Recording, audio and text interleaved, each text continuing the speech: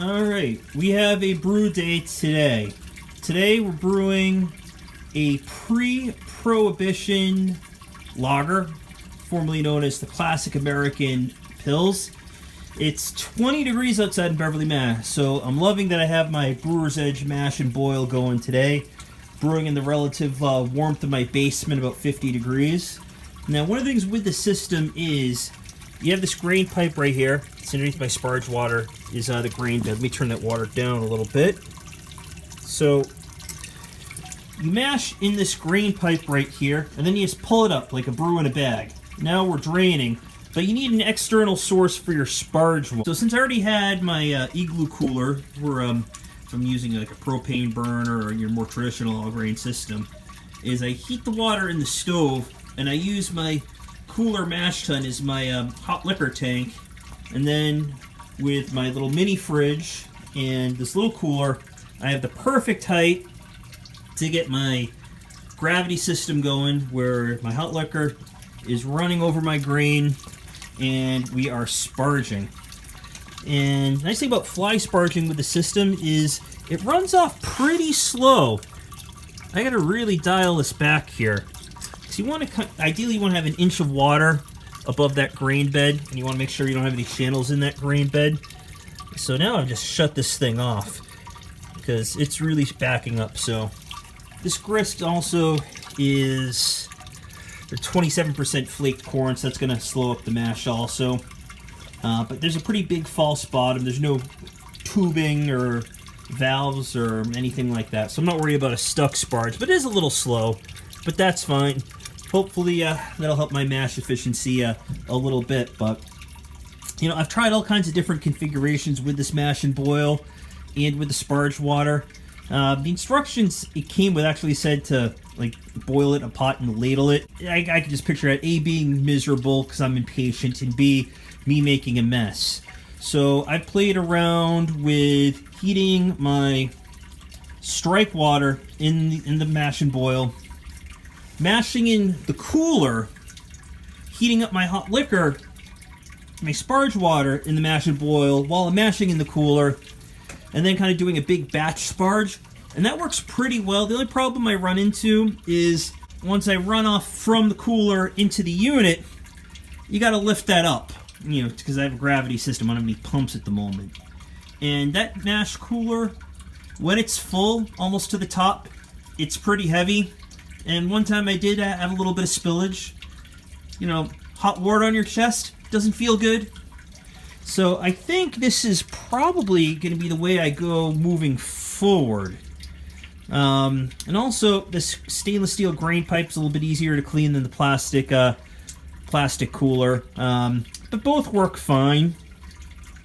You know, this mash and boil system, it's kind of, you know, one of the more affordable electric brewing systems out there. You know, it doesn't have every bell and whistle that the Grainfather or I forget what the other one's called, the mid-range one. But for $300, it does the job. You can't beat it. It works on a regular, you know, 120, 110 volt, plug.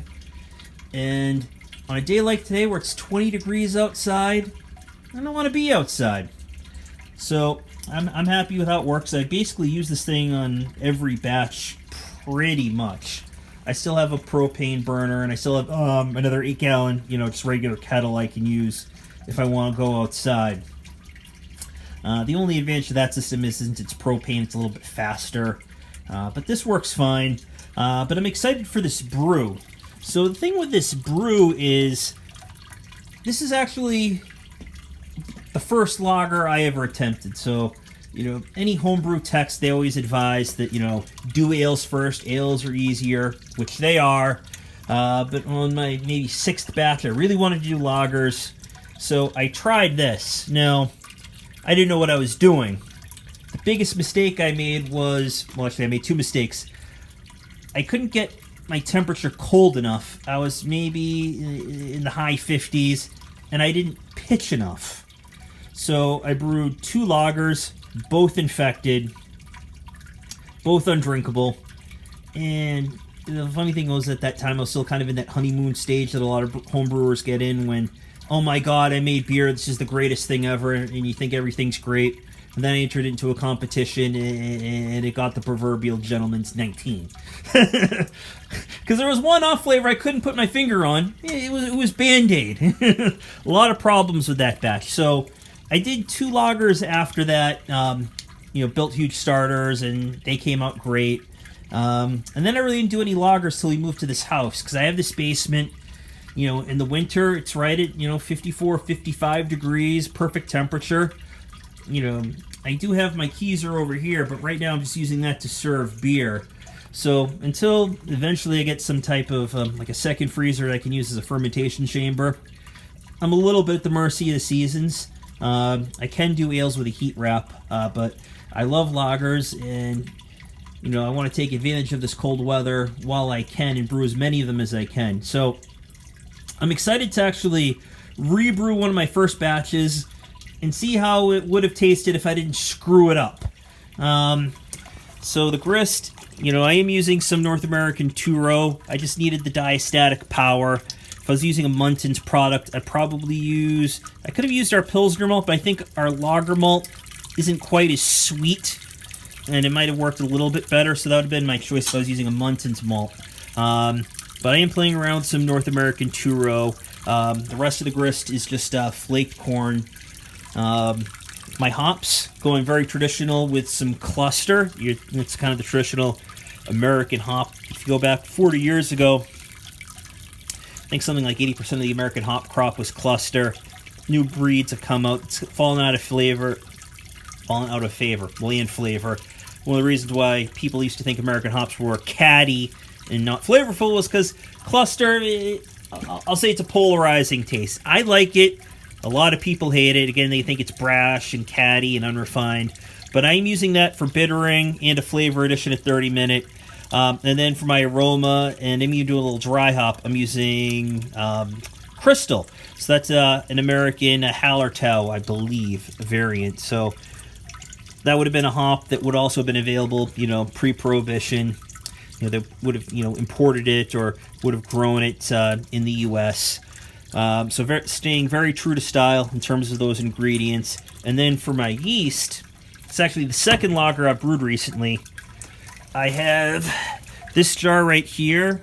It is the Y Yeast 207, rumored to be the Budweiser strain. So I made a dark lager with that yeast, a dark American lager. That's actually lagering right now in my keezer. I put it in a keg. It's kind of off in the corner. So we're going to let that sit for probably about 5 or 6 weeks. But I harvested that yeast, so no issues that I'm expecting, getting that proper pitching rate that I need for this one. So I have the water on as low as I can go. Runoff, again, it's slow, but, I'm not going anywhere. I'm at home. And I'm really excited to try this one. So that's pretty much it. Let me know if you guys have, brewed or tried any of these kind of recreated historical beers, because a pre-Prohibition lager, imagine if like a Budweiser or a Coors Banquet, it's going to have more body, more flavor, definitely more hop flavor. And, these were the beers that were popular, late 1800s, early, 1900s before Prohibition. So I always love, one of the great things about homebrewing is you can, recreate or attempt to recreate, these older styles that you don't see a lot of. I'd say the closest modern one you can find is the Anchor, their California Lager. That's a beer that I love. That one's actually 100% cluster. I'm going for a little bit more, I guess, complexity, you could call it, going with a blend of that the cluster and the crystal. So we're sparging. I'll measure out my hops in a few minutes, and we'll get boiling. All right, we weighed out our first hop edition, our 16-minute edition of cluster. I got my bag right here. Just smell in there. Get some nice, like currant almost. A little bit of like a little touch of grapefruit, like that pink grapefruit. Hate grapefruit juice, but love the aroma it can give a beer. I mean, not like you get like in a more modern hop, but it's there. So I really think this will give me kind of that classic American flavor that this beer should have. So we got 0.75 ounces going in at 60, and then another 0.75 going in at 30. Okay, now we're going to measure out our aroma addition, Crystal Hop. So I did verify this is a Hallertau variant, or has Hallertau ancestry, let's put it that way. Oh yeah, the aroma, nice and floral, it's pungent, even spicy almost, very floral, so this should really work nicely in my lager. So it's going to be 0.75 ounces. Now typically I'd probably put this in towards the tail end of the boil, maybe 5-10 minutes. One of the workarounds I do though is once I put my immersion chiller into that mash and boil, I have a 50-foot copper immersion chiller. Once I put that in there, even though I got a nice decent rolling boil going on, that temperature is going to drop, and it takes a long time to get it back up to a boil. So what I've done is I put the chiller in at flame out, and I let it sit in there for 15 minutes, which is long enough to sterilize the chiller, so any critters or anything that are on there, it's not going to infect my beer. And any aroma additions, I just throw in the whirlpool. Yep, just threw my chiller in and lost that boil. It's starting to get a little bit of a cold break, so I'll cut the heat and we'll get the chiller going. Alright, our wort is in the fermenter. I have my aquarium pump going right now. Want to aerate that wort as much as I can. These lagers, they ferment a lot slower than ales. So you want to make sure your yeast has enough oxygen so it can kind of get going right away. Let's see what our temperature is. The fermenter said it was 67.